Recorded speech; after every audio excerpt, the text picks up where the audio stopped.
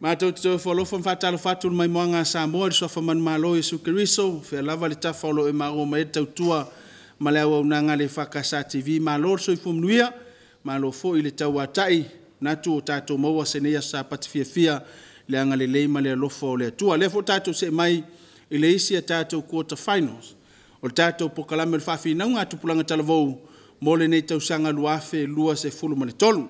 Na whewhinei le la se sila mai mol tātou o tunu ul whawhinaunga lau talavou, a le EFKS mai Auala, ma lau talavou le EFKS mai Sala'Ilua se mai spatpatele. Ia o le amataina nei whamoemoe, le la mai mo mai tātou o tunu ia tātou whamsino o lau tongia mo le tātou tālonga o le ne fiafi. Whawhile o iatu tātou whamsino mo mua o ia se tama ua lolo na sao, i le tūta wā o ngā o vea i mawhaia o ngā i le telo tau sanga ua vai. Te mine i o lo wa vea mwhawhenga taulangi a le EFKS i vai to umuli palauli. Ma o ia foi o lo se eia vea ma teitai whono le komito a onga a le EFKS. Whawheile o atu le sunga le whawhenga ia whereti sefo. O le isa tātou whamsino se tina ulolo na sao ri ngā duenga whawhai a onga. Ma o lo ia o ina le ngangana whaperitania ma o lo vea foi ma sui pule o kolisi ma walunga i tua sivi. Whawhelo i atu le whionga ia whono whaavae tu ma ai vaenga Anderson. Ma tātou whamsino munumuli o ia o le sui o le alaata le EFKS TV. O lo nafa fo i ma le vaenga o polkalame la walaata. Whawhelo i atu le sunga le whaiwhiau ia korseta se mautavita. Ia se mespatpatele o tātou whamsino na ua whiwhilia ia awal whawhinaunga o tupulanga talavou ne tausanga luafe lua se fulmatolu. Si sila fo i mai mo mai tātou matunu whaaftaina i tātou paanga le anga le lei, ma le langolongo ino le nei whaamoemoe, ia a watu pulanga le alovao le atunu, ma le whawhinaunga o manatu malangona.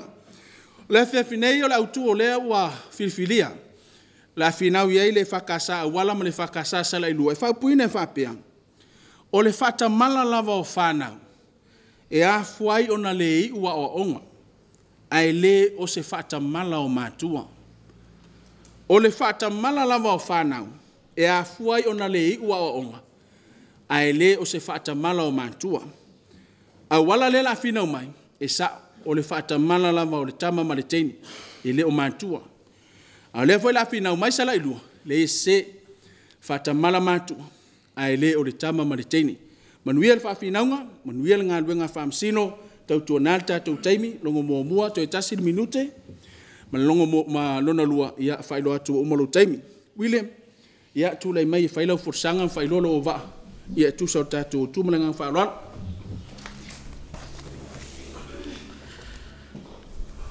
Ai au tere iutu fia le vaina mo o yairi tu ia tua i mulinu umana u au sala. O te mua lawan o whaapoi lili a whaalo sa tupu nai le malai o le vavau. Au wale pa ia lea ua o whanga poto i le malai o le whautunga tangi i le EFKS i tua sivinei. Au wale sui whamsino. A tai o pokalame ma le mamalo le official EFKS TV. Tai nane foi lau whainga luenga pa ia le tua ma nofo a au talavou mo le nei wha moe moe. Ai mai se foi se o matau uso atau wa lau talavou ma losi mai Sala'Ilua. Ma tau te whaatalo whaatu le swafa man malo o le ao le ekalesia. Mai lava i tai ta lofa lava. O awa William Vaisingano o le tai o le matau itu. Matau sui mua ta maita ia hine moa ta avau te ina ia mal matau sui lon toru o ta maita o le lii ia jali whautua.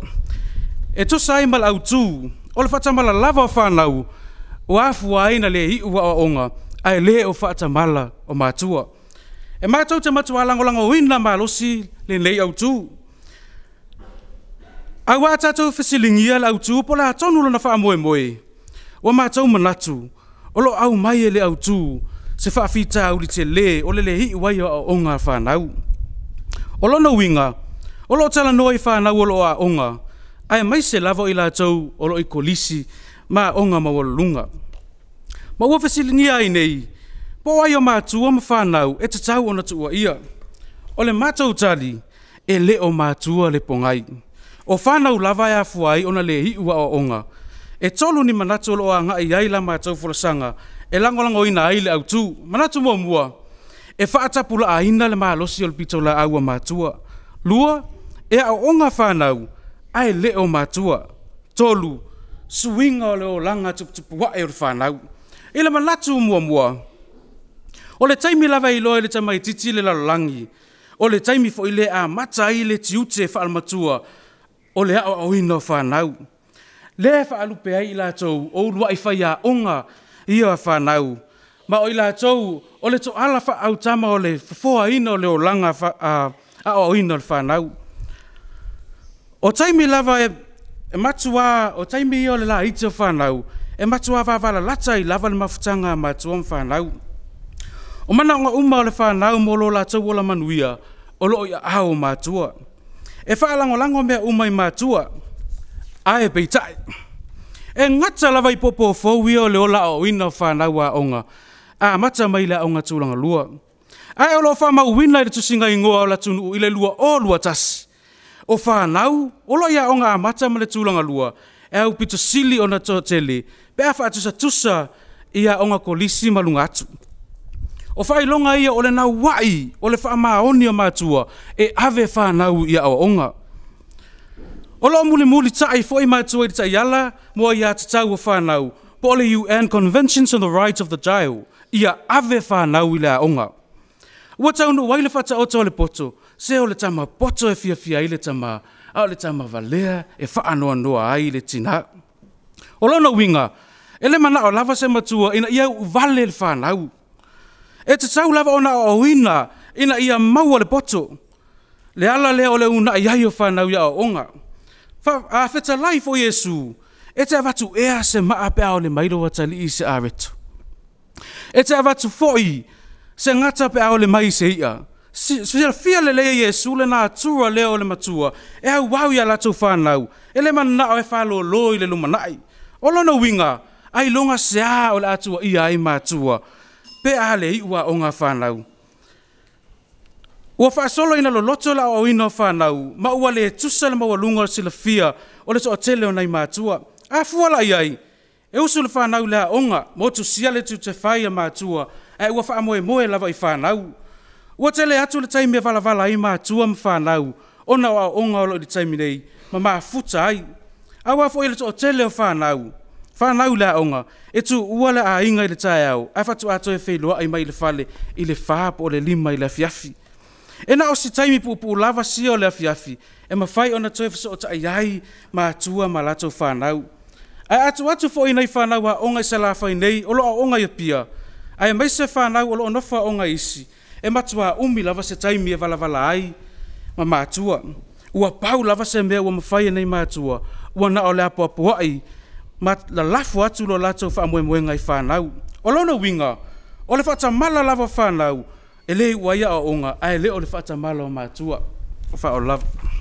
Yes, e mese patele, lau fia, mo le korasanga lau talavo le whakasai Auala, so te ria, ia vai atu o nai te o lioli mai, le uwha fonga korasanga William, ia mai so fina ngalo tato o tu. O te moa i whatu lo, mwhatalo whatu lau whamsino, fonga i whawhinaunga, i tūlangolango, au fia poto, whapele malwa Samoa mai mo whafonga, talofa lava. Ai se minu te sei whailo ailo au waa, o a oso te ria lua atua, o taitai o le matoi tū, o tōtolo na lua le uso ia salama asina amitua nai, ia ma tōtolo na tolo le uso ia tau vanga tupai. Ai le ila alos whamatalanga, sina upai atu lava i le saundoanga taitai ele tu langolango. Whawhitai lava wa e tā ua mai whaapia. O mātua, o lua i whaia onga nei o whanau. Ma o te tali atu fo i whaapia, a pa ia le pongai, e pa ia fo i ona la. O lona winga, a le lei mātua, e le lei fo i whanau. O lea la, mātou te e ai le au tū a whina wai nei. O le whatamala lava o whanau e a fuai o na le ua o onga. ai le o le whaatamala o mātua. Mātou se e mawhape atu, o le whaatamala o mātua, e le I uaia o ngā whanau. Mātua, o lo tau tiute le whanau, o lo na winga, o le tau singa, ma le tapu e ina o lo whanau, o la o tau tiute tau avelea iasa taitas. E le ngata I lea, e te tau foio na o lua wha mautinoa, o lo ato atoa umawa e ngata itasi e mana o mia mo le ola le leo se tamaititi, e peo I tu I le soifua ma lolo ina, ma o onga. A wāwhoi le lumana I manuia o whanau, e whalangolango I le lei ma le whaai uina le leo o onga. Ma mau ai se avanoa e mau ai se ngaluenga le lei, e tau si ai o lato tangata ta ito atasi. O nuu e ka le sia, whaapea le atu nuu. I se tasi o lo minga le ofisa fwai numera. O lo whaamawina I whaapea. Se tasi o lo minga wata ua o le Samoa Youth Monograph lua o lua sfulu. O lo whaamawina I whaapea. Ni unga o lato tusinga ingua. O lo ta ua aini mafua angolele wai o ngā whanau. But factors that increase the likelihood that youth drop out of education. O nei mafua anga e au fiaila lima vai, poverty, sa wangai tono ainga, family violence, mātua oti ma le nofo eva ai se tangata mai, being orphaned or having a chronically ill family member, ma le le aveina o tamaiti a onga a mata for early childhood education. A tātou mafo faula I whaamaumaunga nei a Samoa. O le mafua anga lava o le I ua o ngā whanau. Ona oni vaenga e tuua I nā I mātua. Whai mai o le lima vai. Ai o Samoa wa elef so soania le mālo e a o ngā fua I sa maiti. Mātua wai, e whawhewhea na ngā whatia le tau o le paaketi, sikareti, ma le awa mālosi. Ai le ngā whatia sa se leni e ave I whanau I le a onga o le luma nai o a inga mai ka le sia. Sa wanga I tatono le a inga. O se tasi le nei o whaafita au li whaatupula I e pe I tatono se tatoa tunu. A lea fo e whaamawina o se tasi o mafua anga ua alai o na nofo tamaiti ma le a onga. Mātua, o ai e tua ia. O oe le whaapongai o le whaafita au li. A ua o le a inga, o se nofo anga I tatau o na malu pui ai whanau. Mātua o tima whaanofo e wa ai se tangata mai. O a inga Samoa, e toa tele lava tangata I ai. Ai whawhewhea na nofol nei alu toto le whale wa ai le tangata mai, ai whewheo ai le au matatua o lo lato o ngā whatonu lea, ai tūli tamaiti le aunga. Tālo whai a Samoa malona lumana I pe a whai o le whaamua mua lea o lo iai. Male muli, o le lea veo tamaiti a onga a mata. O a onga whate I taipo o a onga a mata. O le whaavai lea o langa o ina o so se tamaititi. O lo na winga la, a le a vets whanau I le a onga. E te le se vaenga o lato wola o ina o le amis. O le pine o le tala. I whaamaumaunga lava le ofisa fwai numera. O lo whaamauinai. E 25% e si le tau mawhai ngā whanau sa onga I a onga a mata. Nai lo tamaite le I a onga a mata. Whai mai le upu. O le mea iai le loto. E iai le Auala e whai ai. Where there is a will, there is a way. Lona winga. Mātua. A iai lo loto I ala mawhanau I a maua so lato lumana I manuia. E iai foi le Auala e whai ai. Mātua, o lo tiute o le ave, u nai, apu ai ma o ai whanau e oi le a onga. Aua ne I fiu le a oai. O ai se whanau a le whinau le a onga masa I le se lumana I manuia, pe awa ai mai lo o lua nau watu. O ai se tamaitisi o le a le tupu se loto whilinga, pe a lewa ai mai o au watu le whaamua ia te I lato. O le a whaila se nau a tupu I se tamaitisi pe a whai ai mai e ese le meo lo ave I le whaamua. O lea la, pe le o lua e a mātua le whapongai e le whaafita auri. Pe le o lua e atua ia I le lehi uai o a onga tamaiti. Whaafitai. Yes, Ms. Patele, au fia. Ina moa, ia, tūlai mai mo lau forsanga leo e whaafonga I forsanga taitai. Ia so te ria, ia tu so te tumtau po malenga whaalalo. Whaftai malo ua wanoa. Taitauno le ale te asaina le o ngā sami. Pena ave ai le taitai o le nei vaenga. E whai mo mātou sui, e pae ulu whanua ina le malo le au fia. Ai manatu, o le apapa ave loa so mātou langona, e tusai malo tu lai. O te fia tā ua le saunanga taitai whatua mawai atu nei. Na ia tā ua ile sikareti, o le pingo, o le awa malosi, I mātua. Ai o lau tali ai, o mea nā, o wha whitauli I tatonu a inga. Ai o le tatou au tua lo iai, o le whaata mala lava o whanau, e afu ai o na le I ua o onga. Whai mai matu manatu lona lua, o whanau e a o onga, ai le o mātua. O lea ua mae o na whailo atu le tapulaa, po o le mamau e ono o iai le tiu te whaali matua lea moa o onga whanau. Sa o la tau avei nai, o mea uma e mo o mia e le whanau. Ai o le anga I tonu so mātou langona, I le matafa I oi al whanau, e mai lava I le whai unga le tūlanga lua, se ia o le universite, ma onga whaauau. Whai mai le salame se laulua fitu whai upo e wha, e pei o u whanawhana I lima o tua. E moli molia le wha moe moe I le taula inga o manatu malangona o mātua. A wafo yo I lātou e whaatili ina le foe mo le a e manui o lo lātou wha moe moe. A wā o I lātou e tauina le taua. O I lātou foi e ngafa ma le ola a o awina. E le mawhai e mātua na sui tūlanga tamai titi tono le potu. E le mawhai fo ia mātua o na su e ina le suenga ina ia pasi le whanau. Ai o le ala fua lea e fua tia ai le whaai uina o le tau mawhai a le whanau. E le fua tia I se ngaluenga le leia se matua po o ni ona wha le tonu.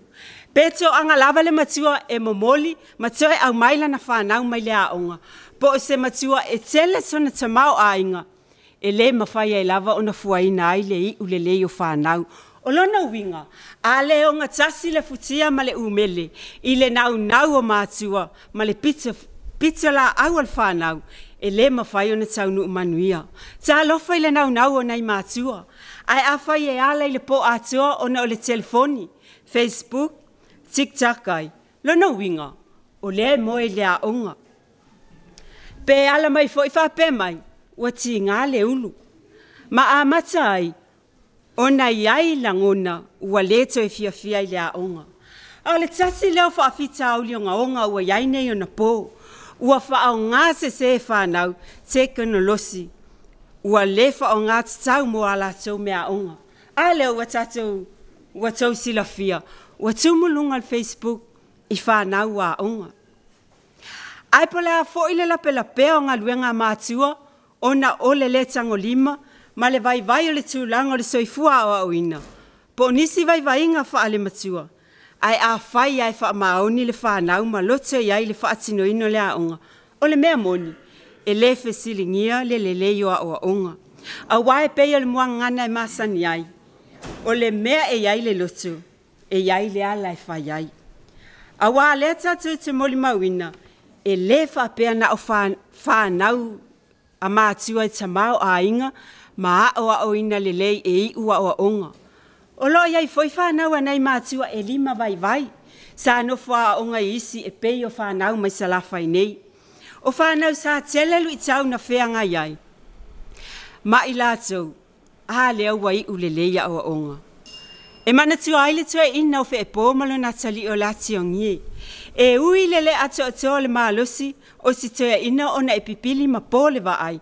Ai ua le mawhai ai o na moli mawina ta alonga si o na tali. Ai ua na o le pati ta oto ma ta talo. Ua le avea le a lele ato le maalosi o le matua. Ma ala e lei uai le wha amoe moe o le whanau. A lea nei umanuia lava. O nisi fo iwa manatu. Ua le I ua o onga ona ua nofo e tausi mātua. A le sa fai fu e lati o ngie. Sa ta pena fa le lei fa si ufi e fai e le tau mawhitanga se on tama. Ma faa mauti no le lei ua le ai se faa le ton. O na fato a aluai lea. O le atau whanau e manatu le tapua I ngā mātua. Ma e loto ma le faa maoni ina ia tau nuu manuia le faa moe moe. O loo iai lava a onga faa wau. O lo iai ava noa mo whanau e toe fia whaawaua o aonga. Ai o lo mawhai lava o na toe whaawawina a onga pe a ai utau singa I mātua. O lo tō telefoi tangata mātua o lo o a onga pea e o mai le taiminei. Pe le o lātou ea lea sa whamanuia I mātua. Mana tali tonu o I lātou lava e iai le ki ma le tatala o lātou wa onga. O le mea le mātou te langolango ina ai le manatu, o le whaata mala lava o whanau, e afu ai o na le i ua onga, ai le o mātua. Ma leo whala alfa fitai. Ia se mele patpati la fia. Ia watu nea mnosal masino. Ia o leo e whafonga le forsanga le tu. E tu sal tatou tu. Whaftai lava mo lo ua wanoa. E fia pai atua le saunoanga le sui wa mawai atu. O lo ta ua ai le telefoni. O ai atua ia. Ale na wa whaatanga e oe le matua lau tama e tango iai. O ai atua ia le na telefoni. E le oto e na male la ina le neiva i tau. Tua i titi le eise tamai titi le ilo omi telefoni. E o lava i tamai tio a onga whaata i tai. Ua save u wha solo atua i telefoni. Ua ave iai e oe le matua le whaatanganga e tango iai. Ai se a. Se i wha apele ai ai e sola. Se i wha na ai ai whailau whaitala se i tulou. O lea la mātou te langolango ina i lava la mātou tā ofi. O mātua lava e tua ia i lele i oa o ngā whanau. Salamo e se lau luas fulufitu whai upo e tolu. O whanau, o le tofi lea mai lea tua. O e ua whananau mai, o le taui lea mai a te ia. Ai panga lea. Tele whanau o le whai uina le tau mawhai. Ona o le whatamala o mātua. Lale ua nofo lelei o e le matua i le whale. Ai whaalua i le tamaititi le maketi, o whale whaatalipasi, o luma o whale oloa titele, ma pusa oloa e whaatau savari solo, ina ia mau ai se tupe.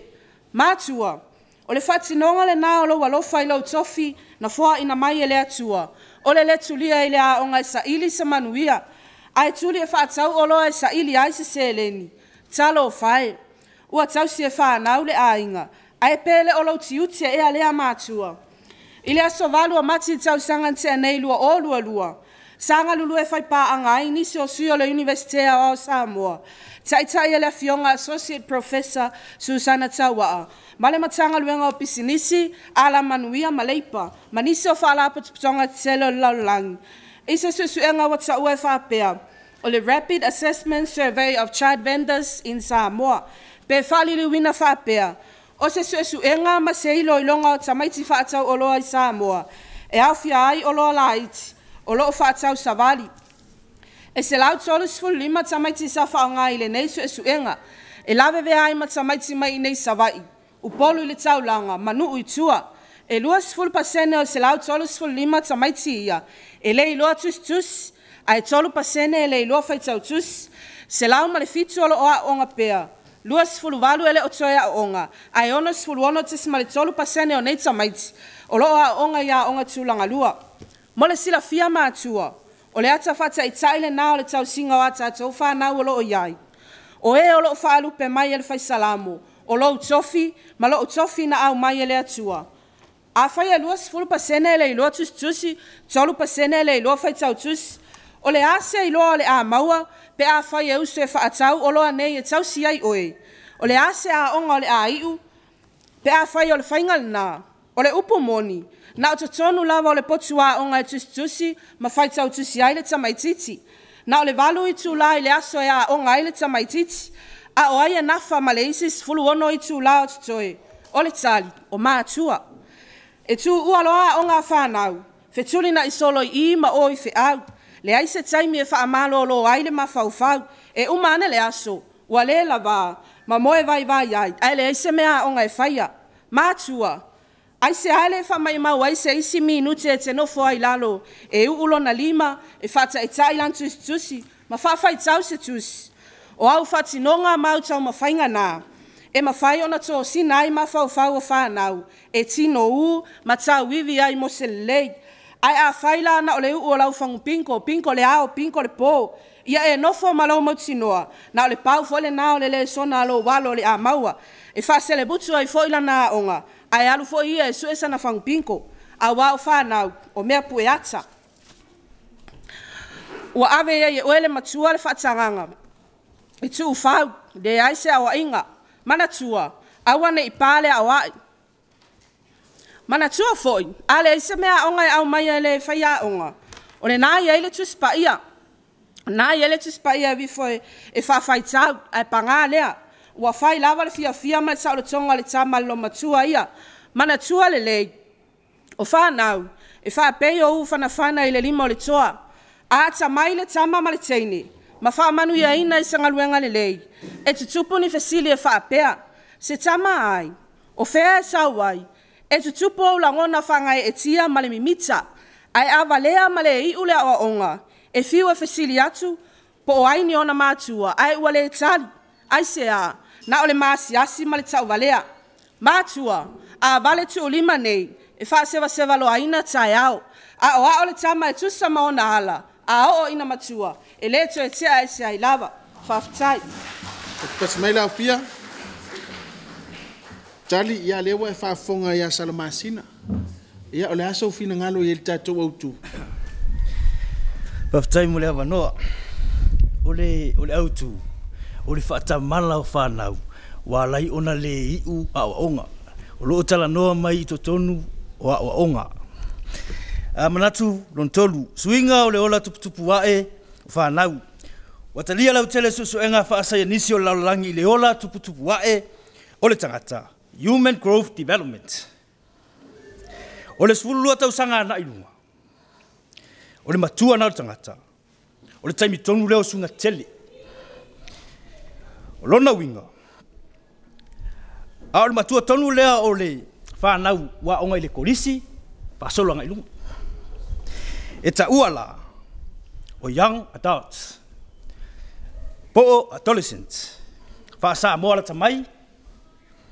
tamaiti matutua o nei suinga ole a sui ai le tino ole mafau malangona ai mai se fai o ona taitonunga ma mea e fie ai e tele tu leo nei suinga e pei ma fai ai e whanau o na fai ala tau fai unga fai lea sa tele na whaalangolango i matua ai mai se le tau sisia ai lava e la tau sanga le mu ma le malolo ina o la tau mea onga ma le whaasoso ina o la tau taimi ta ua mo i la tau o lona winga wai lunga lava whanau le lei ma le leanga au ala le toe ua ele matua le lima e pei ona iai i taimi au lai titi ai ole a alu lava le tamai titi e whaatino lono tiuti whaataitainga a alu le pasi lea onga e fesiri mafufau pe uti alu ele a onga pe una whai mai o matua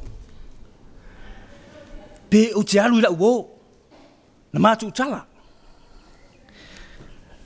o itu ainga fesilia ua tali lava le tamai titi a wafoi ua valavala matua au i tonu lea ua tele na ali e ai whapitauri ua whaatamala i whanau whaataitainga o le oso lo le maso pei o le tala atamaiti tu watu roa malangona mita ia whamisa roa ma fusu ma isi tamaiti le ua tele na tātou wa ai ai i le maketi ia pia tele a onga ua vesi o le atu mai ma se lau pasene matua se lau pasene tatonunga matue o mai ai ali ai fai fatinonga ia no fanga fai tele ma onga o le tele whanau ua fai wo e fai mai upo o poto a uo le nga oi ma le lenga oi e umai fu wanga oi o tama ua fai alato uo teini i tonu fale a onga o teine foi ua fai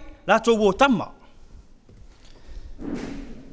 au isi ua fai ngā uo i tū pātu tūsa se i tū rou.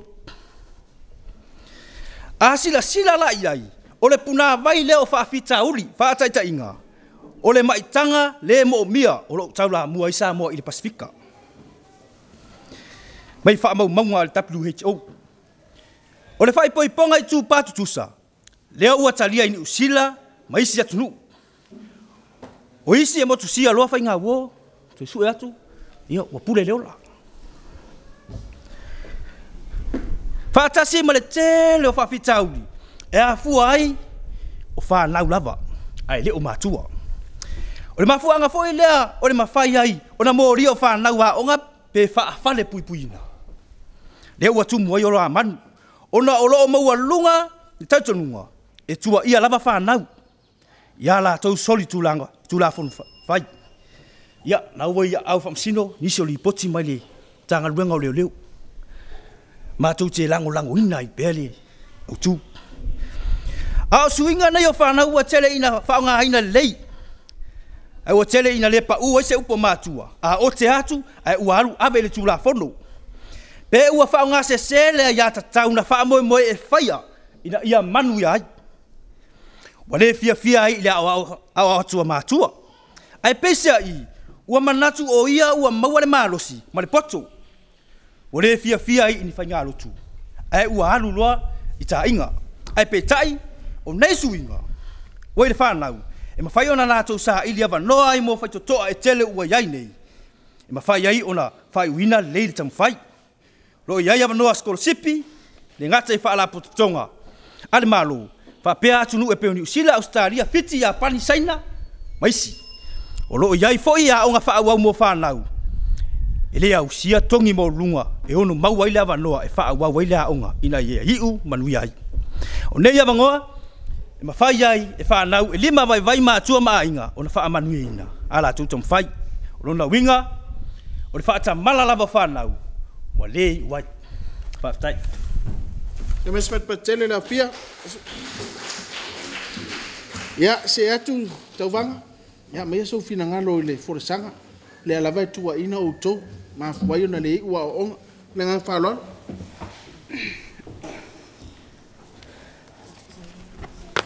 O te whawhitai atu mo lo ua wanoa. Ia, o te... E nao sina so atu lava i le suile ana umatu nei.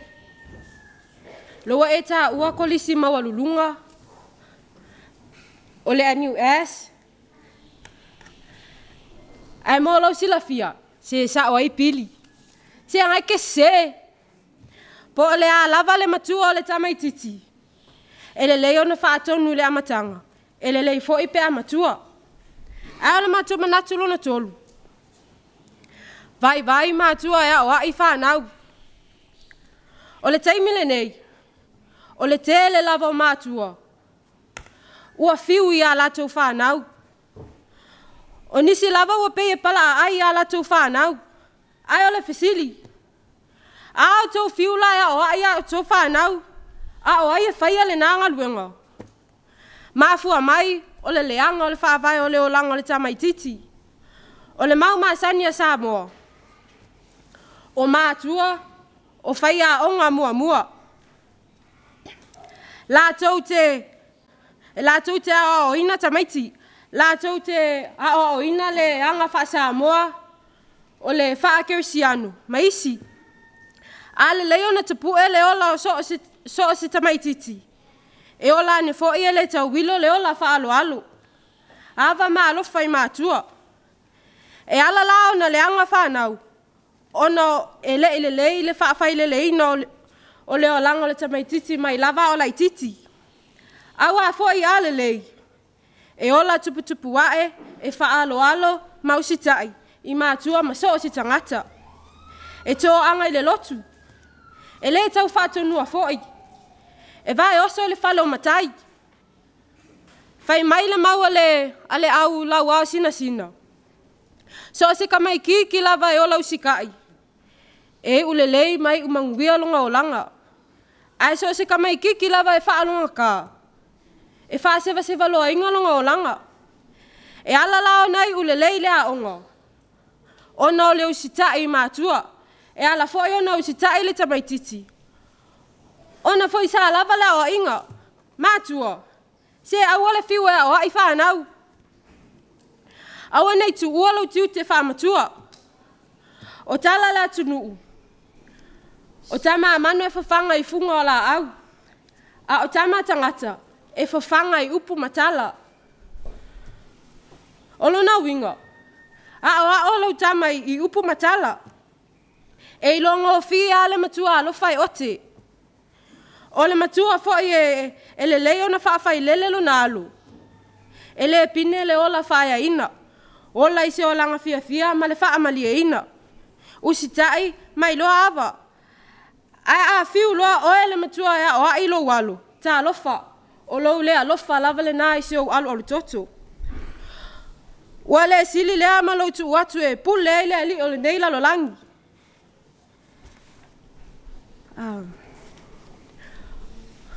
O isi mātua se i tulaulinga ngana ka. Ua mangakua nge lava la ko le sa o lea.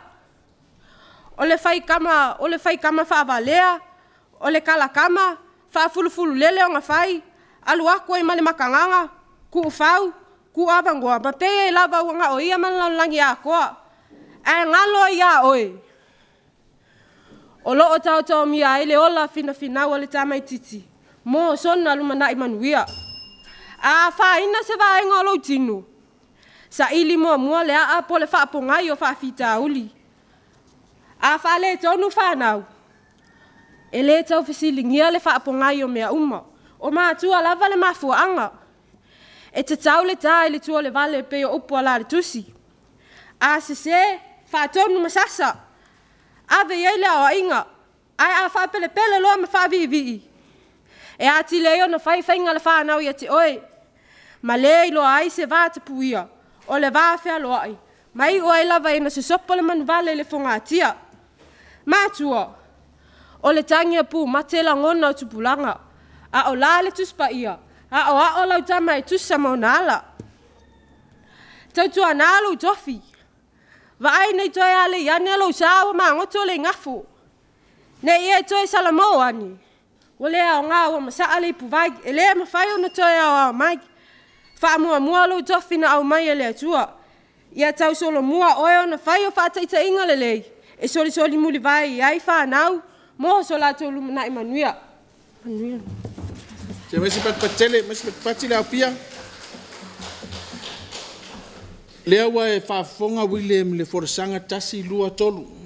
Ia malifina o mai a Sala'Ilua. O le whaata mala o mātua ele o whanau. Le wanoa ni ia o tele o tō manatu. E pe foi sisi vaenga te fia sau noa ai.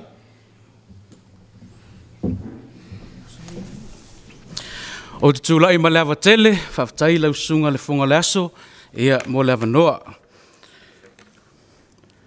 I lau whaalongolongo ati manatu whaalia, malangona wa forasia, o lau tua ia lava le pitola awa mātua. Se o fesili lava a Sala'Ilua, o lau iai le tae au nei, o oio le matua, o le fesili, o whai lau vaenga, o ea o a o lau whanau, o whai sau vaenga, e le aise matua le whaapea mai, e le o whai asana vaenga.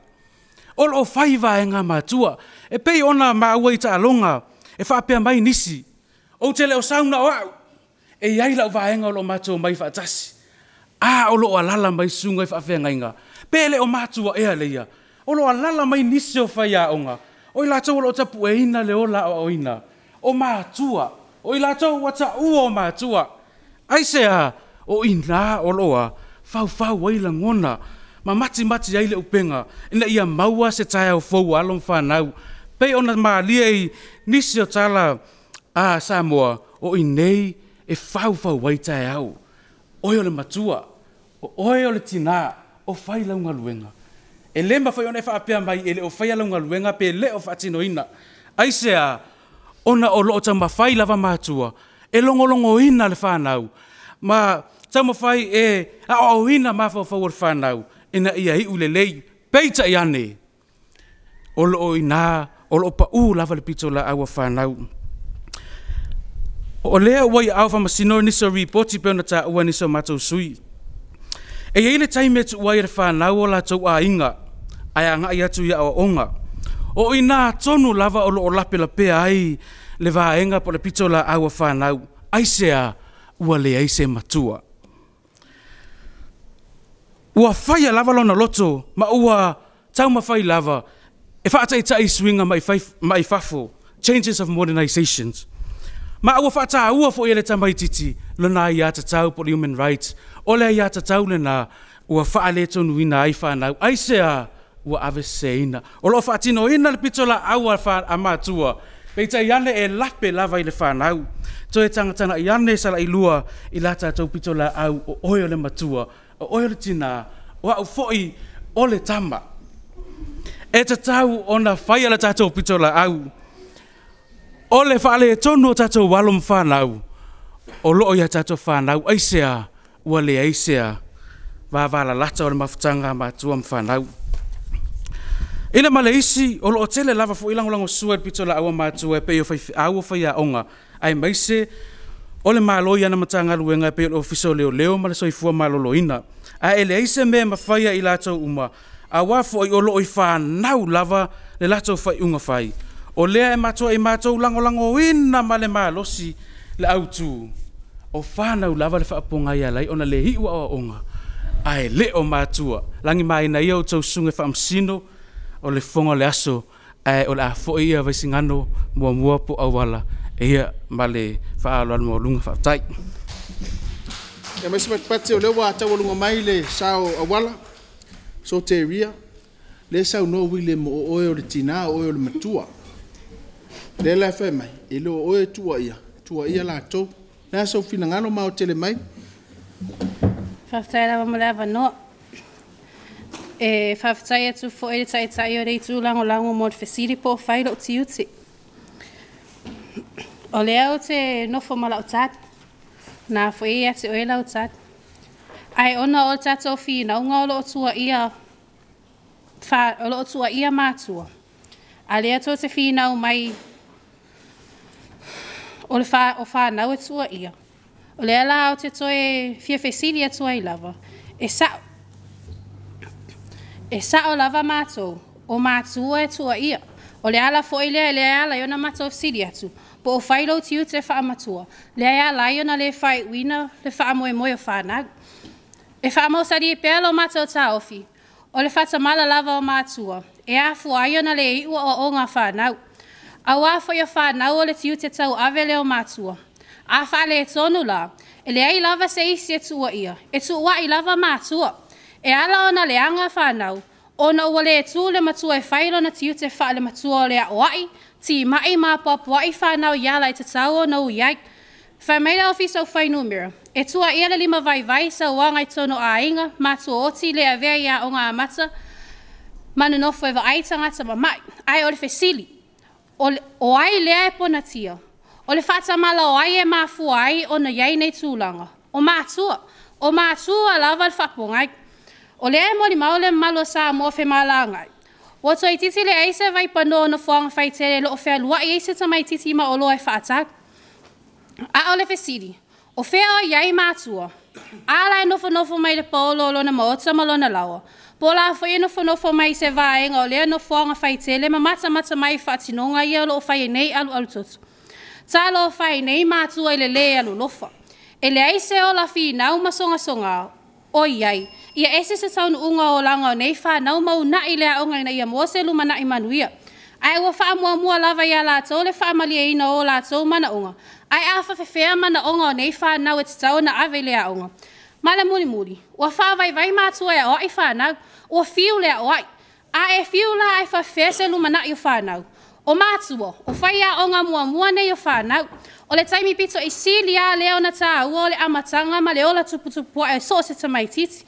A wā i e amata i o nā o ai ma whaatonu tonu i lana tū, sa wari ma le tautala. Ai a whai e silia o ele whaapele whaavi i ma le whaamata nana. Tā lo whai se luma na i o whaatari mai mo le nā tamai titi. Upo e maa sanya na whai whaatufunganga. O whale Samoa. A sa o ma mausali le whaavai o le whale. E mausali i fo i le whale atua. Ai a vai le whaavai. E whale e tonu fo i le whale. O le nā mātua. A maa losi o i le whaavai ina o langa o whanau. E tau nuu fo i se tau nuunga le lei.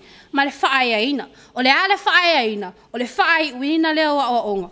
Ai a le whaai uina a o onga. O ai e tua ia. E tua ia lava mātua. Whaftai. Le mespat patele.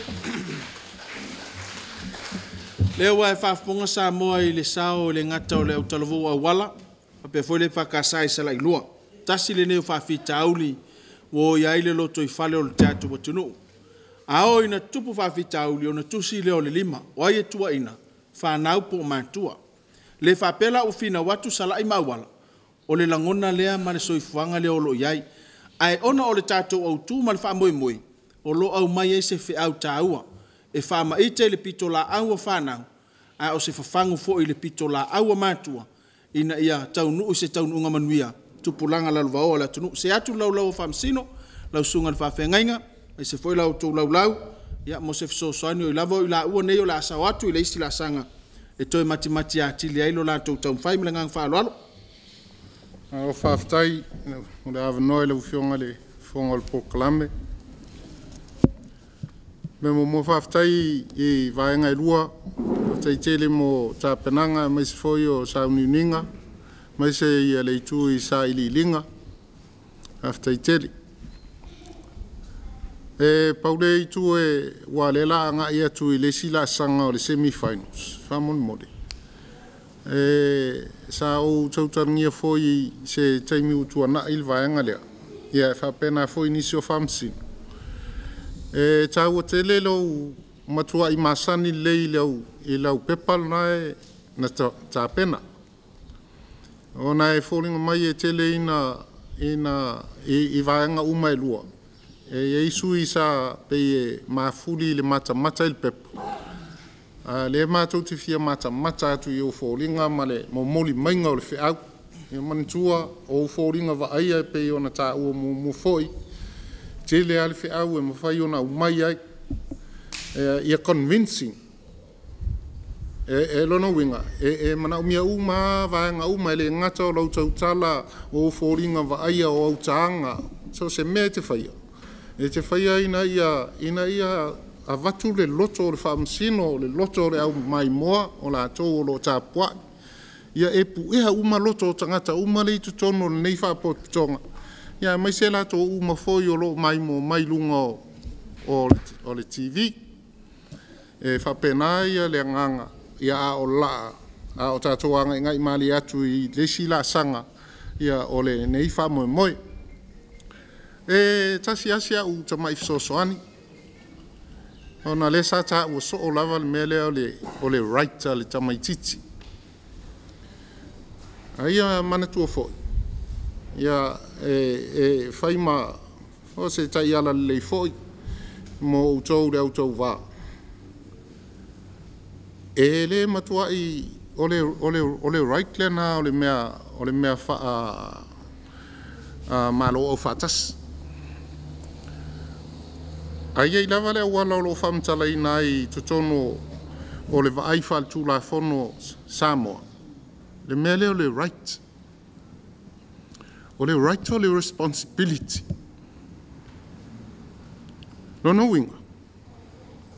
Iai le responsibility al tamtiti. Iai foi le responsibility al matua. O ina tonu ai o ngā tonu ina. E le role al tamaititi, e le role al matua. E o ngā tonu ai nā le melen tau whina ua nei. Nei te ua turi au pūle le isipitu. Ngalo ai, e lei e tofu itu e lua ma le mtawhai oi, e te tau ona wha malie ma wha tau no. Ia, haftai mo le avano. Malo sau noa. Ma lele lau sunga wha whea ngainga. Ma lo foile tau vai I au e lua. Ia, e awa o ina oe, I lau whaafonga. E awa o ina fo ia o le whaamasino. I lau whaalongo. I lesi fo I whaamasino. Te le I o le tā ua o le saunoanga le whaafea ngainga e tusama le. Nei tae au te whaamausali na fo ilan saunoanga. Ma tango o fia I o taulangona whaasoa. Ai lona, tele le fisasi ai. Wala na tupu le fisasi ai. Le na tā pena. E le na tā pena. O lea wa levan tā pena mau mai. Study le tangata o na manatu. O le taunga o upu. O mea uma whapena ina ia tū lai mai luma. E le na o mātou lea lava o man whai atu. Samoa o ao la sila mwhaafonga. Au le fisasi ai a taunga upu e ngalo. E ala na ngalo. E le leo na o ao matoe whaitau, wa a e tupu le manatu, o le whaitau pea, study pea, whaasolo pea, e le whaingo fie, e o ale matou pitola au, e le whaingo fie. A toa fo le tangata, e le ngalo masemea. E I tangata ian tu mai mtua le toa, ngalo upu, o na sea I le man ngangana, o lo whanau, o la o whanau, o lau whanau, ele o lou whanau. O le si upu nasa o langona atu e au, tupu ane, tupu wae. E o nai mea la iti a e ngalo, e alana na se, o lele e toa, alawa leva na sauni. Ai le i toi wa ai, ma tā pena le, a le au te lenga, ma tango fiau tau ninga, ma nai al whela foai, fa manatu, fa sanga ma iluma i le audience, le au fia, fa sanga i le si tu, ma le si tu, whela foai ai tau langona, ia, ma lo lava fa aftai, te le lava se awa onga, mo oe ma mātou, ma tātou uma, fa aftai, fa asoa. Ia, ele se voi se langona i le tātou fa whinaunga nea fiaf, o le nga fa tele, ia Auala, ia, ma Sala'Ilua, ia wale fa whinaunga, ia, na au sau no atu le, ia Faamisino, le sunga le whaifeau, ia, ma pe voi le, fionga tamata sui pule, ia, o tūranga nai, ka wha masangi kako manuscript, ia, ua tele lamana tau tia ia mātou, alua pena, mana ia le whinaunga, mana ia le mai le vaanga leo, le whatauto leo le, o le tampoto e fia ai tamanga u kau ngau whakarikari la por almea ringa fia kama, ai whangoa ngor ki ngāi valeo kam, mana ia fuat salamu ngā mai vaanga lao le, whanau o le tofi mai le atua, maangaia. Ia mole anga iluma, o ngor kūranga leo e kako ka longa o le aluanga iluma, e leo koe kelengi i fisosongi e waku, ia ngau kua kulawa i ngāi to whamal whautanga, e sunga foi whawhianga inga mau kalvau, po le alala sanga le la koe aru e kako, ia, talia ma le nganga whawhitai, ia, mlo nganga whalala whawhitai. Ia se mese tele mo le sosani, whawhitai tele lau sunga le whawhianga inga, whawhitai lau tau lau o Faamisino mo lau tau sao taua, le ngata le Faamisino ino ni whamoe whawhitai mo le sosani, sang whalau te leo i lava e sao atu i la ua, ia au mo le sosani mo le isi la sanga. Upo e masanyai, ni ta longa e leo le manu malo le mesili, i lava on fai atu, ia o leo whailo tau sao tusa o le tasi le ni whawhi tauli, wa whiailo tātou watunu leo whafonga Samoa, i le whaasoa mātango fie ala mai, i au talavona lua. O le taunu unga o le tātou whawhi naunga, o le tūlangolango o talavou le whakasai a wala tongi na lātou maua, wha se lau ma le wha o wha. Tu te au talavou le whakasai Sala'Ilua tongi na lātou maua, wha se lau, se fulu ma le tolu, wha tasi tolu. O le atulenga whaatai tele, Auala, sunga le whawhengainga ma le whatua, whaatai le nofu au talavou, ia, iona nofu ato o molo tu sao taua, mai lava le amtanga, se o mai niva inga le pokalame whaatai le whaasoa, e fui whaafonga le atunu Samoa atoa, i lo tu sao taua. Whaatai foi Sala'Ilua, malo ta pena malo sauni le walo atu molesi la sanga o tato semi-finals. Ala faisin tato malo longa pupu on to tali mai lea, mai mon fa fonga tato watunu i au o la amfai ona sao fia atu ia tato semi-finals ia polesi la sanga o tato fa finaunga. Ile mai ai o tato fa salonga fa business.